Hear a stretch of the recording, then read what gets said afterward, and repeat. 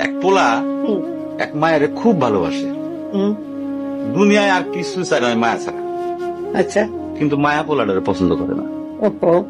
অনেক চেষ্টার পর মায়া সে পোলাটারে কইল যে ঠিক আছে, হ্যাঁ। আমি তোমারে ভালোবাসতে পারি, হ্যাঁ।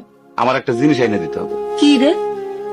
পোলাটা তখন কইল যে তোমারে পাওয়ার লিগা আমি দুনিয়ার যে কোনো জায়গা থেকে যে কোনো জিনিস এনে দিতে পারি। হ্যাঁ হ্যাঁ। মায়েরা তখন কইল তুমি তোমার মায়ের কইলজাটা আমার এনে দাও। কি ক- কি ক- কি- কি- কি- মনে হয় না? কি গল্প শোনালি দিদু?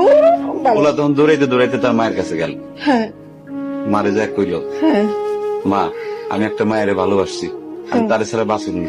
হ্যাঁ। কিন্তু ওই মায়া আমার একটা জিনিস নিয়ে যাইতে কইছে, সেটা হলো তোমার কলিজা। তুমি যদি তোমার কলিজাটা আমারে দাও, ওই মায়াটা কলিজাটা পাইলে আমার ভালোবাসবে। মা তখন কইল তুই আমার একমাত্র বুকের ধন, তোর সুখের জন্য আমি সবকিছু করতে পারবো। পরে মা বুকটা ফাইরা কলিজাটা বাইর করে পোলার হাতে দিল। আরে মা। পোলাটা কলিজাটা হাতে পাইয়া যে কি খুশি, মা দৌড়াইতেছে দৌড়াইতেছে দৌড়াইতেছে, দৌড়াইতে দৌড়াইতে হঠাৎ রাস্তার মধ্যে উষ্টা খাইয়া পড়ে গেছে।